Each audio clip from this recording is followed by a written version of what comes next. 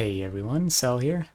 The league is almost upon us, got a day to go, so I wanted to talk about my plans for league start, mostly in terms of the Atlas passives and Atlas progression, but if anyone's curious, I will be playing Righteous Fire Inquisitor with Eldritch Battery Mind Over Matter variant.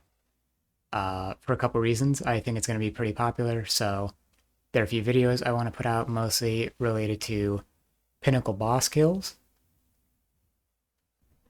I've done this in the past where I did like a Maven showcase with Righteous Fire Juggernaut back in Calandra, and then I did Bone Shatter versus Eater, Exarch, and Maven as well, just to showcase what it's like in a solo self-found environment with a realistic set of gear, getting your first few voidstones or potentially even all of them. I am planning on playing a little bit quicker this time around, hoping to get to maps in like 4-ish hours. I did a practice run that was 4 hours and 44 minutes, but it was a completely new account, so I had to do things like set up a hideout for the first time. So, yeah, I think I can move pretty quickly now that I'm also got a little bit of practice and am more familiar with the leveling process for Inquisitor specifically. I don't think I'll be able to get to Eater and Exarch day one, but I am hoping to be there pretty shortly thereafter, really. Maybe like 12 hours total.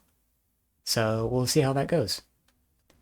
And with that rush strategy going straight up, you may see people doing, you may have seen, I should say, videos of people doing Eater and or Exarch kill speedruns. I'm doing something akin to that, a little bit slowed down, just to help ease the progression a little bit, and because, like I said, I don't think I'll be able to get there day one, so what does it matter to slow down a little bit and get there day two a little bit later as opposed to day two right away? Doesn't make a difference to me, so that's the way I'm approaching it. So starting off with the Atlas passives, I'm going to go straight up. And what people have often been doing in these speedruns, I've noticed, for many reasons, and it's great for solo self-found especially, you just pick up this June node 4 points in here, and that'll increase your chance of finding June in your maps. Because you're blowing through the low tier maps so quickly, you're not going to accrue like a lot of missions, and even if you do, you probably don't want to go back and do a lower tier map just to run the mission down. So in-map missions are going to be pretty helpful for this. You don't have to think about it. You just do the missions that come up and be happy with whatever veiled items you get.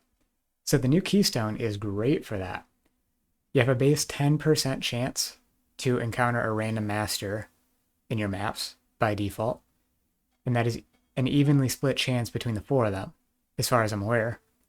So this node makes it, keystone I should say, makes it 50% chance. And modifiers to chance to grant an additional master mission on completion instead apply to the chance for that master to be encountered. I probably didn't need to read that, but I did anyways. So what that essentially means is 1% chance to grant a June mission.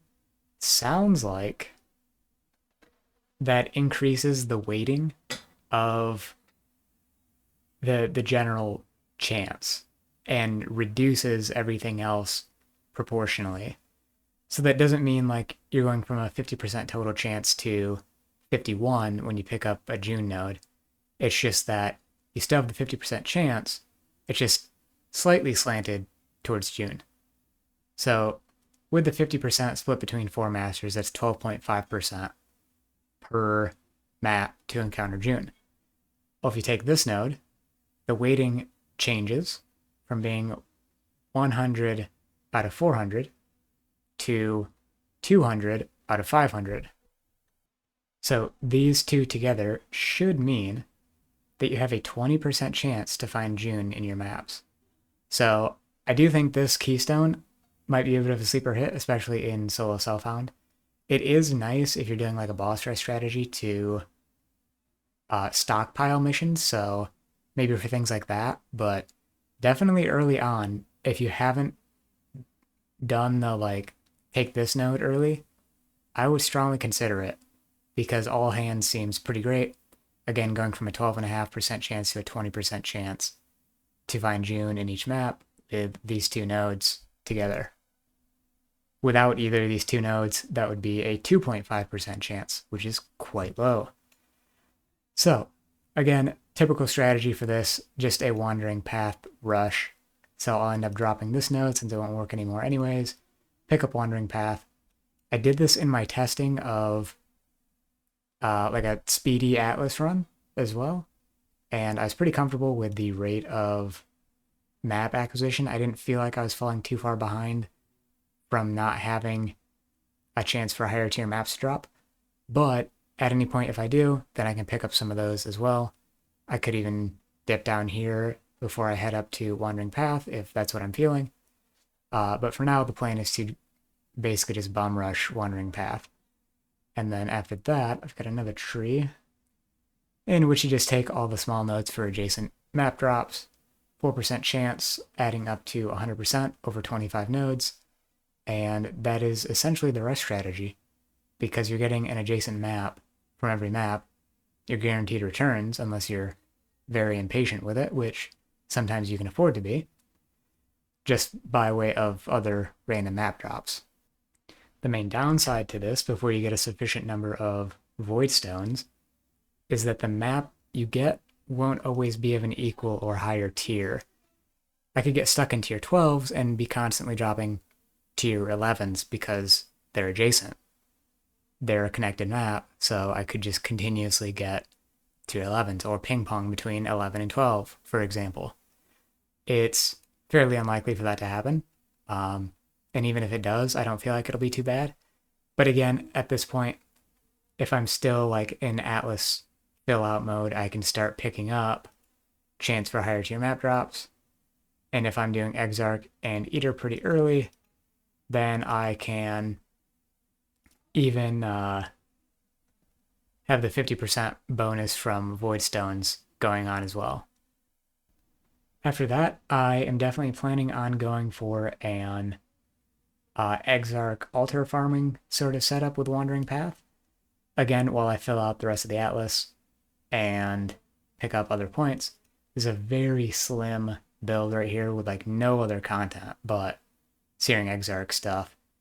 And you can run maps white if you want. Obviously, you need to run them corrupted and rare for completion. Red maps anyways.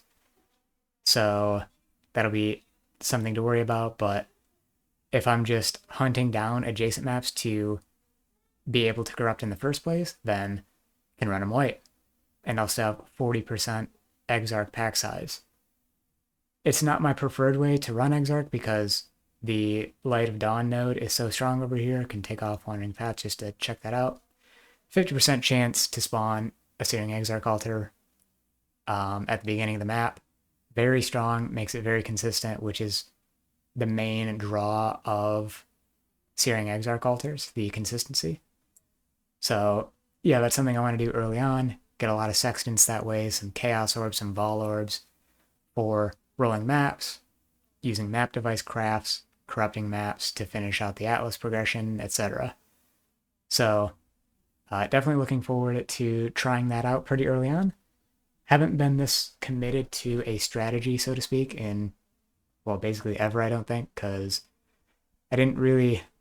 I played a little bit in Arch Nemesis and Sentinel Leagues, but I only really came back for Calandra, and so I've not really developed a go-to strategy for myself. I know a lot of people go with the like Essence Expedition opening for Solo Self-Found, and I have done that the past 2 leagues, but I thought I would try something a little different out here, and then maybe I can check those out later game once I'm a bit more established, or who knows, again, maybe I'll feel the progression is a little worse, and I will have learned something as a result of trying this out, but then I can dip into Expedition or whatever else I want to do and check out new keystones and such. One benefit of Exarch, another currency you get from Exarch, I should say, is unmaking orbs.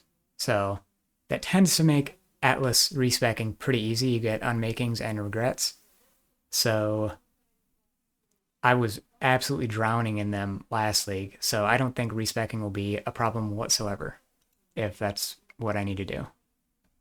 Outside of that, some of the keystones look really interesting, other than All Hands, which I already mentioned. I am interested in Lucid Dreams and Vol side areas in general. I may end up going for a 6-link that way. I might end up doing every Vol side area I come across in maps, just because I want to check them out. Even if it does slow me down a little, there's a chance for a 6-link. I think, well, I guess I'll have to look up whether the corruption situations is still going to happen. Basically, there was a chance for items to drop corrupted in Vol side areas before, but I don't know where that is sourced from. Like if that was a mod on the area itself or certain enemies or whatever else, because they're shuffling around the mods, so might not necessarily be able to do the same thing, but I'm hoping so, and hoping to check that out as a possible avenue for getting a 6-link in Solo Self-Found. Yeah, so I might check out all side areas. You can get, what is this, 10 down here and another 16% chance up here. They must be 8% base like everything else. So roughly 1 in 4 maps getting a Vol side area. Even more if you take Wandering Path, because you can pick up 12 down here, 12 up here, and still get the keystone as well. So I'm curious to see what some of those mods are, how difficult they're going to be, and all of that jazz. So I may post a video about that as well. Expedition, definitely want to check out the keystone at some point, because as an RF character, going to be running Infernal Cry, and the idea of using an Infernal Cry after the explosion goes off and everything blowing up sounds amazing. So that is a must check out for me at some point before I switch the character. I'm also very interested in the Destructive Play keystone. I don't think we've gotten confirmation whether how big of a deal the final map boss stuff is. Or more specifically, whether or not the extra map bosses can be witnessed. It's good. It only needs to be one of two things, I think, in order to make this seem very enticing. One, are the extra map bosses witnessed in such a way that they can drop awakened gems? Because if so, that would be great. Or are they witnessed in such a way that they are witnessed, I guess. Weird phrasing on both of these, but basically, do they count towards Maven progress? If it's either of those, I think it's great. And if it's both, I think it's amazing. So I'm very curious about checking that out as well. And even doing some Maven Atlas invitations, which is something you normally wouldn't really do ever. So I'm hoping that is spicy enough to be competitive with Exarch and Eater. Oh, and something I wanted to get around to last league, but never did, so I probably will this league, especially now that Harbinger is on the map device. I wanted to check out doing a map with doing a 3-boss map where map bosses drop additional currency shards, the Sextant. And now, if you're getting 1 to 3 additional bosses, that's an even bigger buff to that.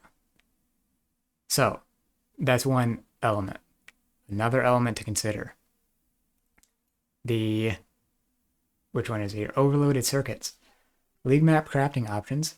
Also choose 3 random notable Atlas passive skills associated with that league to treat as allocated for twice the cost of map crafting options. This is really good with Harbinger, couldn't remember the name, because Harbinger only has 3 clusters. That means you know exactly what you're getting by using overloaded circuits with Harbinger. You're going to get the boss Harby chance, the cooldown recovery and currency shards, and additional Harbinger. So you're paying, instead of 6 chaos for 3 Harbingers, I think it is. You're paying 12 for 4, which is a decent bit worse, but you're saving on passives, or depending on how this works, you could use this with Wandering Path. I'm hoping it works that way. Something tells me it may not, because it just kind of seems like it wouldn't, but I'm hopeful, and if we check it out and that ends up being the case, I'll be very excited to try that out. Anyways, that has been my long ramble on my plans for the league, and let me know down in the comments what you're planning on doing. Old strat, new strat, any of the keystones you're wanting to check out, any of them that look really amazing or ridiculous to you on first glance, definitely let me know. Oh, I was also going to say, this keystone you're going to want to watch out for. Or this notable. A lot of people are going to take the Tormented Spirit notables and not have a care in the world because they've done it before, right? Well, they're buffing Tormented Spirits to find targets better and have pretty huge damage reduction, such that I think a lot of people are going to take this node. The boss is going to have like 6 spirits around it, and you can't kill them before they all possess the boss. And the boss is going to be like massively juiced. So it's in the video. I called it. If it happens, I will reference the fact. Anyways, thanks for watching, and I'll see you next time. Peace.